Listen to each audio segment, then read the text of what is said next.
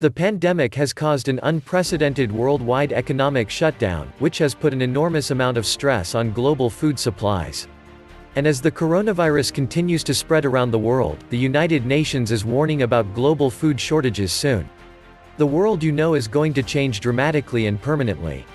UN officials also predict soaring food prices as lockdowns in various countries slow down supply chains, and as some countries implement export restrictions to prevent domestic food shortages.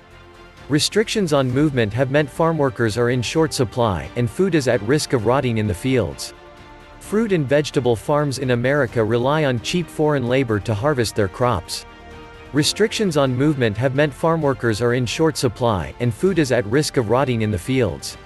Restrictions on movement across the world have meant vital farmworkers are in short supply, and now food is at risk of rotting in the fields. Meat prices are extremely high. Food hyperinflation has definitely kicked in. The price of steaks and chicken is through the roof. Now is the time to restock in prepping for the second wave. Don't worry about what others think of you. Here in America, stores still have plenty of food. But empty shelves have started to appear, and we are seeing spikes in food cost, especially meat. Meat processing facilities have been shut down all over America due to coronavirus, and this is starting to create some really annoying shortages. There is definitely a meat shortage.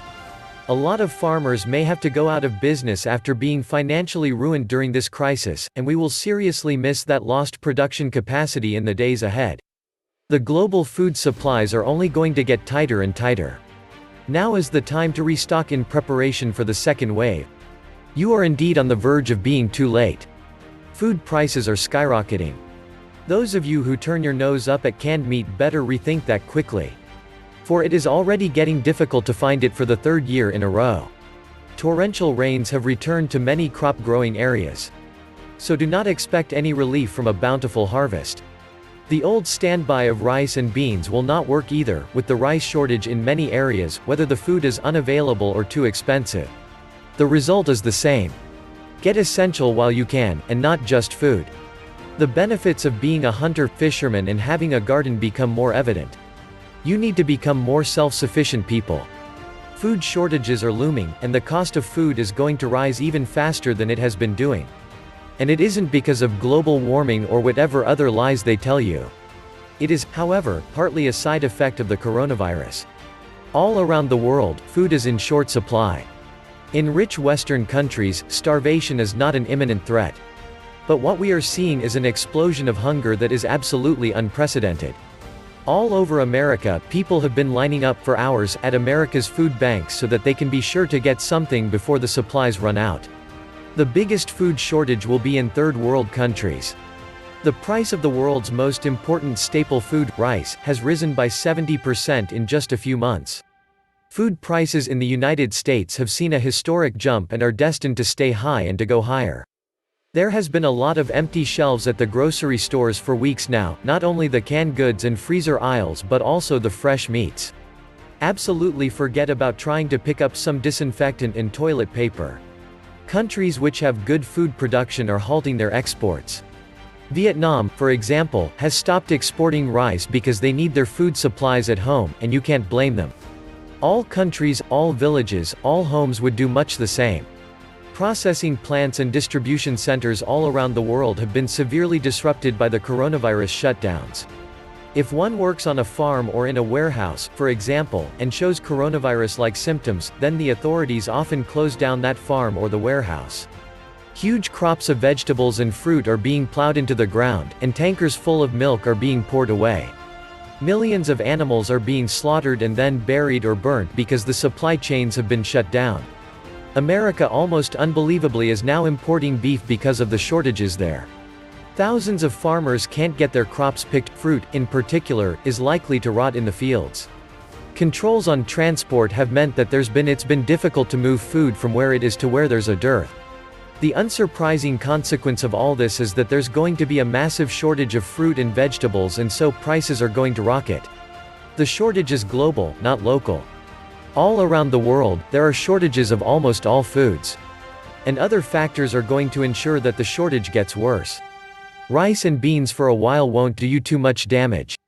If and when the economy is allowed to stutter into action again, the price of oil will doubtless eventually rise because the existing supplies are diminishing rapidly, and most oil companies have pretty well given up exploration. The rising price of oil will mean that farming and transportation costs will rise, and that will also push up the price of food. There are several other explanations for what's already happened and for what's going to turn this into a perfect storm of food shortage. The other problem is locusts. Plagues of them have been traveling from Arabia into Africa. A plague of locusts can, in just a couple of days, eat their way through as much food as would keep the whole population of California going for a day. A swarm can lay 1,000 eggs per square yard of land. And you can imagine what all those locusts are going to do to the world's food supplies. There are swarms of locusts wandering across Africa. And each swarm can cover 20 square miles. All the locusts do is breed and eat. When they land on a tree, the combined weight will bring down large branches. Inevitably, the health crisis that has been gripping the world has disrupted supplies of the chemicals for spraying. And the swarms of locusts are getting bigger and bigger and threatening food supplies in Africa, Arabia, and Asia. A swarm of locusts can strip 100 acres in minutes. The economies of those countries affected are going to be destroyed. Welcome back to the Atlantis Report. You are here for your daily dose of the truth, the whole truth, and nothing but the truth. Food will be scarce, and what there is will be unaffordable locally. The food shortages which are going to come will be biblical. Farms and warehouses and distribution centers can be closed down apparently legitimately when one worker tests positive for the coronavirus or develops a mild symptom or two. The advice here will help my viewers is, do a little food stockpiling now so that you and your family will have a better chance to be strong and healthy. It isn't selfish, it's survival. If you have a garden and can grow favorite vegetables or fruit, that's probably a good idea. Get off the couch, get the garden tilled. Kale, cucumbers, tomatoes, potatoes, spaghetti squash, acorn squash, strawberries, bell peppers. At the beginning of the year, my guidance told me the greatest investments at this time are good soil, seeds, and clean water and air. Also, learning to forage and how to preserve, basically become as self-sufficient as possible. Now I know why. Hopefully, others can do the same, and we can all help in our communities. I stocked up on rice, lentils, pickles, tinned food, and loo rolls back in March because I saw what was happening around the world. I still have the stockpile and replenish it whenever I consume anything from it. I have around 6 months of food stocked. And I'm still stocking up. Everyone should always think ahead and plan. We also need better regulations and organization of the food supply and distribution. As a country, we definitely have transport issues and growing and harvesting issues. As Americans, we waste more food every day than it would take to feed most of the world for that day and maybe more. Just think about all the leftovers that get dumped every day. Fresh fruits and veggies that get tossed. Expiration dates pass on packaged meats. The farmers are letting produce rot, while we subsidize them. Does something seem rotten here? So, we have transport issues and growing and harvesting issues. In other words, there will be food shortages and rising prices. When the trucks stop rolling, it's time to panic. These are the realities of the supply chain. Sugar beets, rice, and corn all were hit very hard last year from excessively long freezing periods, where crops froze in the ground and could not be harvested, and later when there were excessive water and crops were not planted in time. Other crops have been hurt by excessive cold and wet weather in the last year too. Sometimes you just see a large price spike. Other times you see rationing, as it has been with some sugar and corn products this year. Also, flooding reigned the past 2 growing seasons in the U.S. Hardly any crops were able to be planted last year in the Midwest because of mud and standing water. The same thing is happening this spring. Add in how much food is now imported from other countries, and those ships are not coming into the ports. Add to that the fact that the FDA has decided not to issue any migrant worker visas. That means crops this year are going to sit there in the fields and rot unless Americans get out there and pick them. And yeah, some will, but will it be enough? You tell me, with all these things, and the shelter-in-place orders, do you really think the food supply is okay? I don't. Plus, the value of the dollar will decrease. And scarcity will inflate the price. The poor are really in trouble. There are no redundancies in the food processing industry, they have been eliminated in order to create the just-in-time delivery system.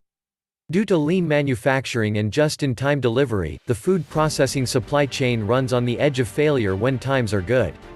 In reality, we have an almost failing delivery system. Just one little glitch, and the entire system falls apart. The pictures of empty shelves say it all. When food isn't making it to store shelves, it's a shortage of food, no matter the circumstances that lead to that result. Also, farmers are dumping milk and letting crops rot in the field. Have been hearing of cattle farmers possibly killing their herds and burying them under because of the situation of restaurants and schools being closed. This was the Atlantis Report. Please like, share, subscribe, leave me a comment. And please take some time to subscribe to my backup channels, I do upload videos there too. You'll find the links in the description box. You will also find a PayPal link if you want to make a donation. Thank you wholeheartedly to all those of you who have already donated. Stay safe and healthy, friends.